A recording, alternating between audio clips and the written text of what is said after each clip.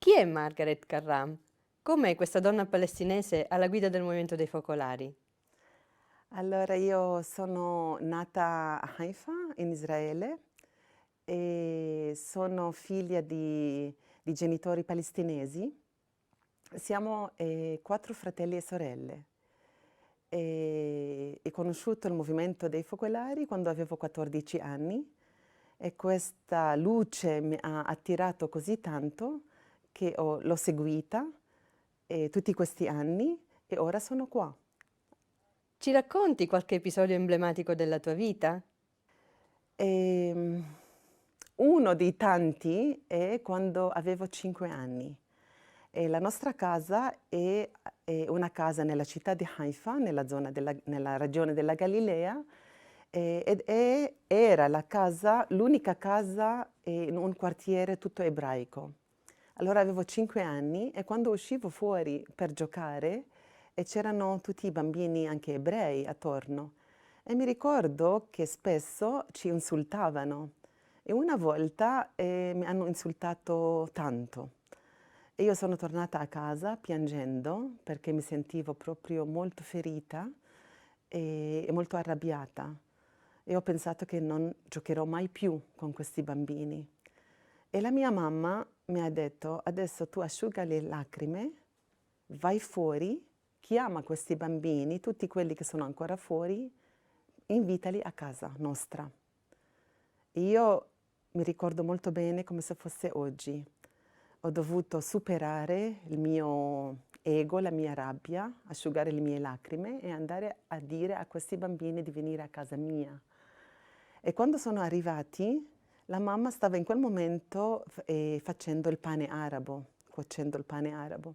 E ha dato a ognuno di loro uno di questi pani nostri arabi rotondi, così. E questi bambini sono andati a casa loro e hanno portato questo pane ai loro genitori. E questo atto ha fatto sì che questi genitori, soprattutto le loro mamme, sono venuti a sapere chi è questa mamma, chi è questa famiglia che ha fatto questo atto e per ringraziare.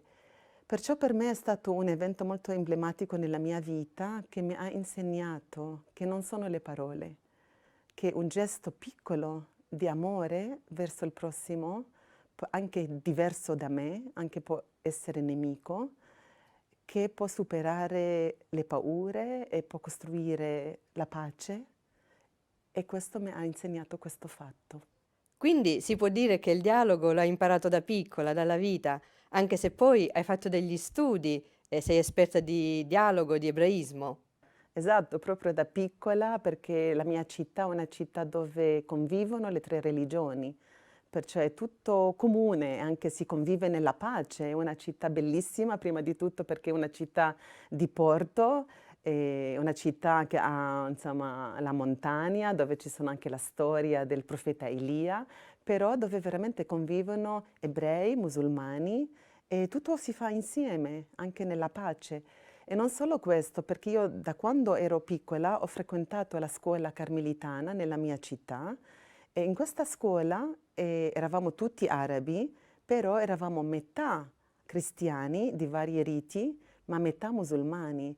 Perciò io da quando avevo 6 anni fino a 18 anni, accanto a me nel banco di scuola c'erano anche i musulmani e siamo cresciuti insieme. Perciò questo non era un dialogo di studio, era un dialogo di vita quotidiana di ogni giorno. Perciò penso che fa parte della mia vita. Quale sentimento hai provato mentre vedevi l'avvicinarsi dell'elezione e cosa hai sentito subito dopo? Veramente quando vedevo che il mio nome stava venendo fuori, devo essere sincera, tremavo e avevo tanta commozione e anche tanto timore di Dio, soprattutto timore di Dio, di fronte a un'opera così complessa, nel senso più bello della parola, così internazionale. E, e quello, ho sentito proprio un grande timore di Dio e di poter veramente essere anche un strumento degno. Però allo stesso tempo, dopo qualche minuto, con tutta questa emozione anche, ho sentito una forza interiore che mi veniva, penso, dallo Spirito Santo prima di tutto, perché è stato anche che l'ho invocato tutto il giorno, e non solo io, ma io sapevo che in tutto il mondo stavano pregando per l'Assemblea, stavano pregando per queste elezioni, perciò ero sicura che la preghiera ci ha guidato e dovevo fidarmi di questo. E poi anche dell'unità di tutti i membri dell'opera che erano anche presenti all'assemblea, che in quel momento proprio cercavano anche di cogliere quale era questa volontà di Dio, quale sarebbe stato anche il futuro dell'opera. Perciò a un certo punto, dopo che io ho sentito che dovevo accettare, ho sentito veramente una grande forza, un grande coraggio che è mescolato anche con questo timore di Dio. E in quel momento io ho detto veramente che, ho detto eccomi, perché io sentivo che era questa chiamata di Dio, prima di tutto, a rispondere alla sua chiamata e a essere veramente come Maria, serva per l'opera, serva a ognuno, non per governare un'opera così grande, così, non è un'opera umana, non è una organizzazione, non è un'associazione, è un'opera che contiene le più varie persone, anche non sono cattolici, ma anche di varie chiese, di varie religioni, di tutte le età, di tutte le attitudini del mondo, di tutte le culture. E allora io soltanto ho detto io voglio essere serva di tutti e poter imparare da tutti e chiedere a Dio che possa essere questo strumento. Cosa pensi possa voler dire per la tua patria d'origine questa elezione? E quali sono state le reazioni dei palestinesi e degli israeliani? Penso una grande gioia, anche una grande fierezza, perché tanti mi hanno scritto, anche soprattutto anche esponenti delle chiese e anche il patriarca, ma anche esponenti di varie chiese. Tanti ebrei mi hanno scritto per congratularmi e anche farmi il tifo e dirmi coraggio, insomma, e noi siamo con te perché noi ti conosciamo, allora noi ti facciamo proprio, ti sosteniamo. E poi penso che anche una grande gratitudine, penso per loro, e soprattutto una grande gioia, sì. Quali sono le tue speranze, le tue paure, le tue ancore nell'assumere questa responsabilità? Hai un modello a cui ispirarti per essere presidente? La mia speranza, penso che quello che avevo già un po' menzionato all'inizio proprio, che nel movimento proprio si possa vivere questo essere una famiglia, di mettere in pratica questa eredità di Chiara, siate una famiglia. E perché lo dico? Perché io sento che in questo momento è questa la cosa che più abbiamo bisogno nel movimento, proprio di avere questi rapporti di fratelli e sorelle e dove c'è uno che soffre, essere lì come in famiglia, dove c'è uno che gode, condividere con loro, come Chiara veramente ci ha detto in questa sua eredità, e di non lasciare nessuno passare accanto a noi senza aver sperimentato il calore della famiglia. E anche se qualcuno anche lascia, insomma, che anche possa sentire che l'abbiamo amato fino alla fine. Perché io l'ho sperimentato nella mia famiglia di sangue, mia famiglia, e per quello io posso dire che se c'è spirito di famiglia è uno spirito di vera carità, uno spirito umile, uno spirito che vuol bene all'altro, al di là dei sbagli, al di là di tutto, ma è una carità che tutto copre, perché c'è la carità di fratelli e sorelle, e in questo senso la famiglia, no? Di questo amore vero, che non aspetta niente, che perdona. Questo. Che esperienza hai fatto in questi giorni di assemblea? Che esperienza! Ho subito capito che devo assumermi già questa responsabilità, però l'esperienza che ho fatto subito è sentire che non ero sola, che era una grande responsabilità e mi rendevo subito conto, ma che non ero sola, c'era tutto un corpo di persone che si sono resi disponibili, che mi hanno assicurato anche questo mio desiderio che io l'ho espresso, che a governare l'opera non sarà una persona, ma sono un, un gruppo di persone che, che terranno anche la presenza di Gesù in mezzo a loro e che sarà Lui a guidare l'opera. Perciò questa è l'esperienza che già sto sperimentando. Le nuove generazioni stanno prendendo in mano un cambiamento di paradigma culturale, soprattutto riguardo ai temi dell'ambiente. Cosa farà il Movimento dei Focolari su questi temi, che è uno, tra l'altro, degli argomenti di cui si è parlato tanto durante l'Assemblea? Sì, penso che era uno dei temi molto sostenuto anche in questa assemblea e penso che anche le nuove generazioni la sentono tantissimo e dobbiamo appoggiarli tanto in questo desiderio. E penso che adesso vediamo anche del documento finale che uscirà, ci sarà sicuramente un impegno concreto di fare in questo, anche della cura del creato e anche di continuare i progetti che stiamo facendo come giovani nel Dare to Care, osare di prendere cura. Perciò io prevedo che anche in tutto il mondo si possa prendere anche delle azioni concrete, che ci sono già tanti, però di farlo come un stile di vita, proprio cambiando stile di vita per poter anche fare cose anche a livello più mondiale, non solo locale. La pandemia in corso ha cambiato il mondo e ciascuno di noi. Che risposte dà il Movimento dei Focolari a quello che stiamo vivendo? Ehm, Penso che già il movimento ha già iniziato a reagire a questa sfida della pandemia, penso prima di tutto anche con una comunione planetaria, una comunione dei beni, per mettere in comune tutto quello che può essere anche di materiale o di competenza in favore degli altri.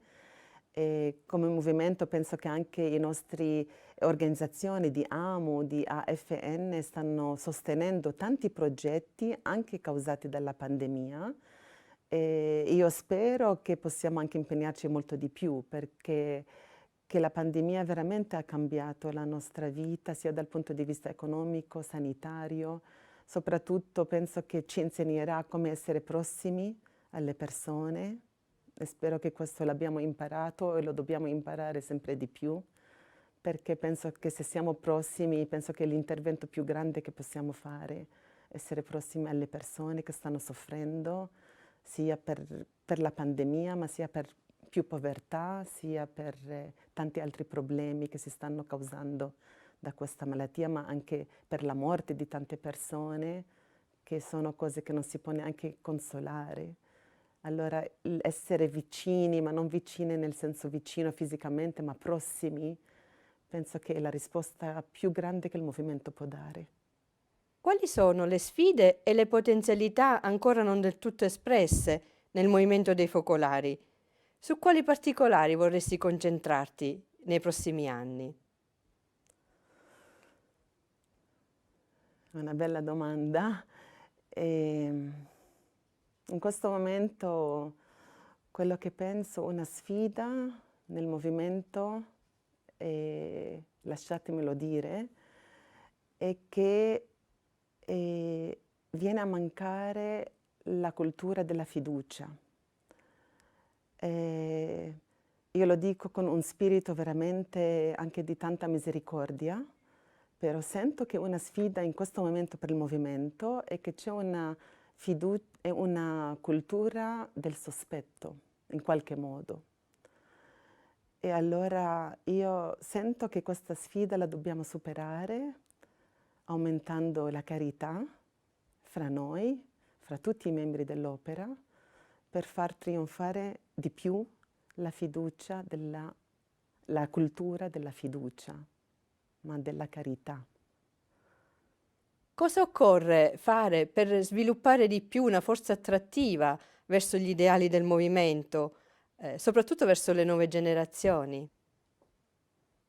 Penso che quello che mi viene in mente è sempre ispirandomi a Chiara, e la sua meditazione dove dice l'attrattiva del tempo moderno. No? Ecco l'attrattiva del tempo moderno, penetrare nella più alta contemplazione, ma rimanere inseriti fra la folla, uomo accanto a uomo, donna, tutto uomo accanto a uomo, per condividere le gioie, i dolori, le cose che, che il prossimo ha bisogno, no? Penso che è anche l'attrattiva di questo tempo, però ci vuole, oltre a essere mescolati fra la folla per fare questo ricambio di luce nell'umanità, ci vuole di anche essere contemplativi in qualche modo. Questi giorni proprio qualcuno mi ha mandato una frase di Don Benzi del movimento Papa Giovanni XXIII, che lui diceva, non so se lo dico bene, ma il concetto è questo, no? Per poter stare in piedi occorre saper stare in ginocchio. Allora penso che l'attrattiva che noi possiamo dare è questo: se vogliamo stare in piedi, se vogliamo essere attrattivi, se vogliamo dare un esempio, penso che dobbiamo saper inginocchiare. Come vedi l'attuale governance del Movimento dei Focolari? Pensi che occorra rivedere qualcosa?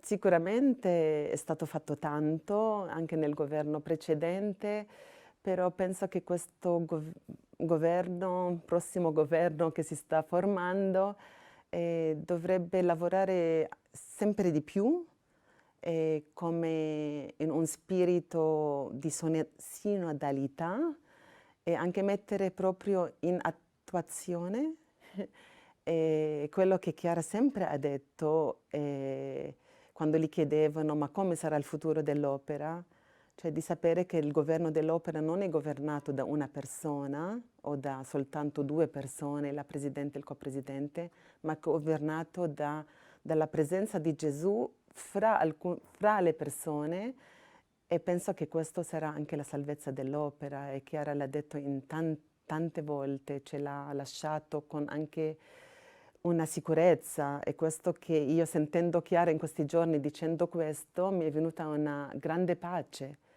perché ho detto ma Chiara dal cielo sarà tranquilla se noi facciamo questo. Allora io vorrei che il prossimo governo sia così e che possiamo dare gioia a Chiara in cielo. A proposito di sinodalità, il Papa di recente ha invitato in particolare la Chiesa italiana ad avviare dei processi sinodali. Tu hai lavorato a stretto contatto con movimenti, associazioni, gruppi ecclesiali a livello italiano, ma non solo. Cosa può voler dire concretamente lavorare insieme? Vuol dire tante cose. E per me è stata anche un'esperienza in questi 6 anni molto arricchente, ed ho visto che quando si lavora insieme c'è una grazia in più, c'è un arricchimento in più, perché si scopre il dono che uno ha per l'altro. E quando si lavora insieme per un progetto, o solo per incontrarsi insieme, o per partecipare uno alle attività dell'altro, tu senti che veramente sei un dono più grande per la Chiesa, perché sono questi carismi che sono tutti al servizio della Chiesa, e che più collaboriamo insieme, più possiamo testimoniare anche al mondo la bellezza dell'unità e anche la ricchezza dei vari carismi. Perciò questa era la mia esperienza in poche parole. Ti intervisto anche a nome di tutte le città nuove nel mondo. Alla luce di queste prospettive emerse nel nostro dialogo, qual è l'apporto che Cittanuova può dare oggi? Città Nuova può dare tantissimo, prima di tutto anche dare questo nuovo sguardo anche del movimento, anche con una speranza nuova per i membri del movimento nel mondo. E penso che Città Nuova sta facendo tantissimo, perché quello che mi piace in Città Nuova è che è sempre di più universale, e anche che sono anche delle esperienze di vita, di testimonianze di vita, che sono l'esempio più efficace che può parlare al mondo. E, e anche può dare veramente un sostegno anche culturale anche al movimento dei focolari, perché Cittanuova sempre di più anche sta portando questa cultura, perché io sento anche fortemente che dobbiamo anche essere formati culturalmente, essere aperti, ma anche essere anche nutriti anche del carisma di Chiara, e questo Cittanuova sempre di più lo sta mettendo in rilievo, mettendo anche più in rilievo anche l'esperienza mistica di Chiara del Paradiso. E questo penso che è una cosa bellissima, e auguro a Cittanuova buonissimo lavoro, e sarò sempre la vostra sostenitore, qualcosa così. Sì. Margaret, ti aspetta tanto lavoro, lo sappiamo, e ti ringrazio per averci dedicato questo tempo. Ma quali cose ti piace fare per rilassarti, per divertirti, per riposare? Allora, mi piace andare a fare passeggiate al mare, perché il mare mi riposa tantissimo, guardare i tramonti, mi piace tanto la musica, soprattutto mi fa riposare scrivere poesie. E questo è il modo che penso che quando scrivo una poesia è perché esprimo le cose più profonde che ho dentro, che non riesco a esprimere verbalmente, ma vanno espressi in modo un po' più immaginario, più poetico, e questo mi riposa tanto. Grazie e auguri, Presidente. Grazie a te.